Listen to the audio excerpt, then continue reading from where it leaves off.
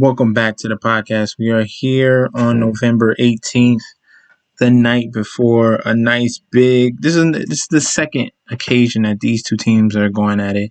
The first time they faced, what was it, like 3-4 weeks ago, Arizona Cardinals going up against the Seattle Seahawks. It was a nail biter. Went into overtime. Absolutely insane game. The Cardinals pulled through in that on that occasion, but now we have a reeling, struggling Seattle Seahawks team that is hungry. The line is slightly moving. It was 3.5. Now it's down to 3. Some money's coming in on Arizona just because they're realizing, Seattle, struggling obviously the last couple games. Russell Wilson hasn't been like himself. Just looking at it right here, two interceptions, and then that game that I told you about in week 7, he had 3 interceptions. Mind you, had 3 TDs. So just a few mistakes, letting Russ cook, but I think this is a bounce back spot, especially after losing 2 straight games. They are back home, going against their division rival. They cannot afford to go 0-2 against a division rival, especially the Cardinals, who are right on their tails. I think all 3 teams are tied with the same record. Let me double check that. Let's double check that before we get into the little bit of breakdown of the Draftkings Showdown of this slate between these two teams. Let's go to NFL. Let's go to standings. Just from memory, I think they were. Yeah, they're all 6-3. So Arizona, the LA Rams, and Seattle Seahawks are all 6-3. This is a huge, crucial game for Pete Carroll, Russell Wilson, and DK Metcalf. You already know you're going to be spending up on salary. So you could choose all the quarterbacks are viable. Both quarterbacks are viable, obviously. At that captain spot, it just hampers you with the price. Because you're going to want Kyler, you're going to want Russell Wilson, because these are 2 bad defenses going up against each other. And then with Kyler, I mean, he could do it on his legs alone, but he kind of did that last game. And I think he'll definitely get the opportunity to throw some TDs against his bad secondary. So you're going to have to choose. You probably can't afford. There's no way you can afford DeAndre Hopkins if you do Kyler Murray. You're looking at Christian Kirk. That's a little skimpy. You're gonna have to look for cheaper guys if you go that route with one of the quarterbacks at that high point. You'll be using kickers, which they both had solid games. They both went over double-digit points. Zane Gonzalez and Myers. Zane Gonzalez has 16 solid performance, and Myers had 12 against Arizona right here. So those are cheaper options to have because, like I said, these teams are going to be moving the ball up and down the field. It's just that if they can get in the end zone. Isabel, let me see. Hold on. Let me see Dan Arnold's targets because it's been fluctuating. He's definitely a target to have. He's like 6'9", 6'10", tight end. He's definitely someone to look at. He could be very sneaky. He hasn't had a touchdown yet this year. Andy Isabella is an option as well. He just needs one play. You've seen it earlier this season against Detroit. 4 catches, 47 yards, and 2 TDs. He got the opportunity. But every other week has been, horrible from him. He's just the 4th option. So I don't like that build. Okay. I'd rather have both QBs in the flex position. And you're gonna have to find a cheap captain because it's gonna get pricey. You want DK Metcalf. You can still fit DK Metcalf in there, at flex, and then you're just gonna hopefully. I'm thinking one of these cheaper guys really goes off. So let me just give you some guys that I really like that are in a cheaper range. 5,600. Chase Edmonds is the better running back out of this duo that they have between him and Kenyon Drake. He is a dual threat. Runs it up the middle. You see he has great average, 8 for 56, and then the reception upside is there. 7 catches in that last game against Seattle got you 21 points. And I believe that was with Kenyon Drake there as well. So Kenyon Drake is a non-factor. I don't really care for Kenyon Drake. He's too expensive. I'm not paying for that. You're ridiculous. Like I said, in that Seattle game, he had 5 points and Chase Edmonds had 21. Edmonds is just a better talent. Okay, clear cut. Christian Kirk could be that cheaper wide receiver you're looking for to connect with Kyler Murray. The upside is there. Consistency has been a little bit more, popping up lately against Seattle. 8 targets, 5 catches, 2 touchdowns. Against Miami, a tough opponent. 8 targets, 5 receptions, 1 touchdown. A little bit of a letdown last week, but last week was DeAndre Hopkins' week, which we saw and we appreciated.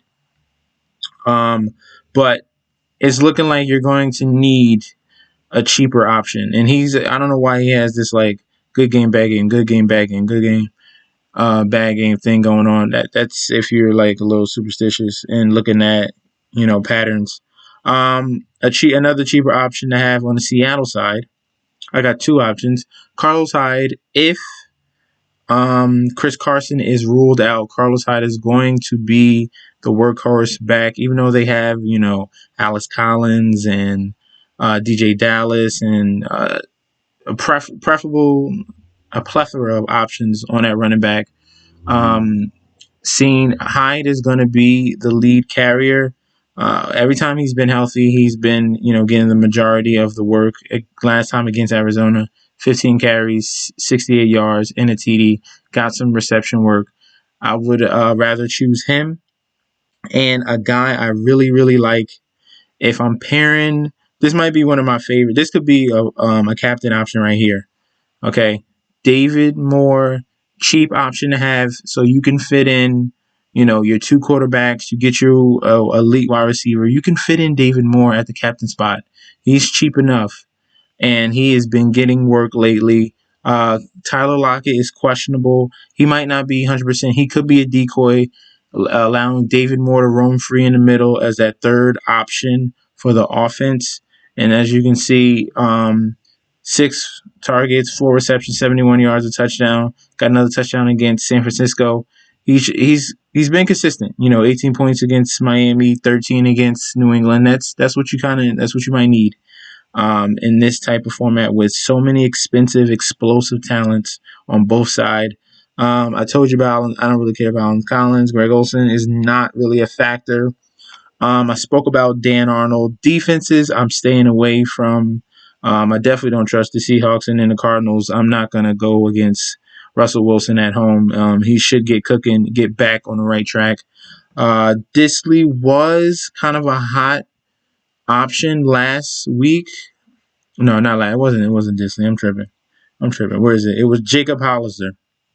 He was kind of a trendy pick on Sunday because his target's been going up. They use all 3 of their tight ends. The Seattle Seahawks are very, very similar to how they're using tight ends in Miami with Gesicki and Smythe and Shaheen.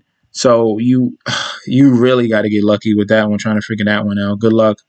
But that's how cheap I don't really want to go too far down here because I don't think they provide any value. If you see a scenario where Seattle defenses comes out of nowhere and stops the Cardinals, I don't see that happening either way there. You're gonna have to either get cute with a kicker, get cute with, like I said, these cheaper options down here, like David Moore and right here Larry Fitzgerald. Understand he hasn't done much. He hasn't even had a touchdown, but this is a veteran. He still gets tons and tons of targets. He just needs to get in that end zone. It can definitely happen especially against the secondary. Larry Fitzgerald, David Moore. These 2 guys right here are key at captain spots, so you can afford what you need in the flex. Because I'm telling you right now, if you go with these quarterbacks in the captain spot, you're going to hamper yourself. And you want DK, and you want some Hopkins, and you want Edmonds. There's too many options. Like Kirk could be an option. It's gonna get dicey. It's gonna get dicey, and I think that's the way to go. Go a little bit cheaper at captain, so you can fit in these studs. right here in the middle. I'll put Metcalf as a smash. This is a lock. Every single lineup should have Wilson, Murray, Metcalf. You figure out you got 5K left. You figure out the rest. If I let me put my boy David Moore at captain. He's 72. Oh, it's getting pricey. All right, I can fit one more. I can't give you a whole lineup. I can fit one more. If we go, you might have to throw one of these tight ends in there. It's getting, oh boy. I'm not doing it. I'm not doing it. I'm not doing it. All right, like I said, we do a kicker. Give me the home kicker. Boom, home kicker. And then I'm throwing in. Then you do what you please right here. You're probably looking at Dan Arnold, Isabella in that area. Is the defense really going to do it this week? That's going to be crazy. I'm leaning towards this, okay, because I think it's going to be back and forth. I don't really see Seahawks defense showing up, but I definitely you need to have Wilson, Murray, and DK Metcalf in every lineup. DK Metcalf had a little bit of a letdown week last week with 4.8. I definitely think he bounces right back. He deserves to be in that flex spot. But once you put one of these guys, it's like 19, 16, 17K at captain, you might as well just live down here. So it forces you to find a cheaper option. Maybe some news breaks and let me see. Rashad Penny's not even back yet. Galore, it'd be something weird. Maybe DJ Dallas gets it. He's doubtful. Maybe DJ Dallas gets in the end zone.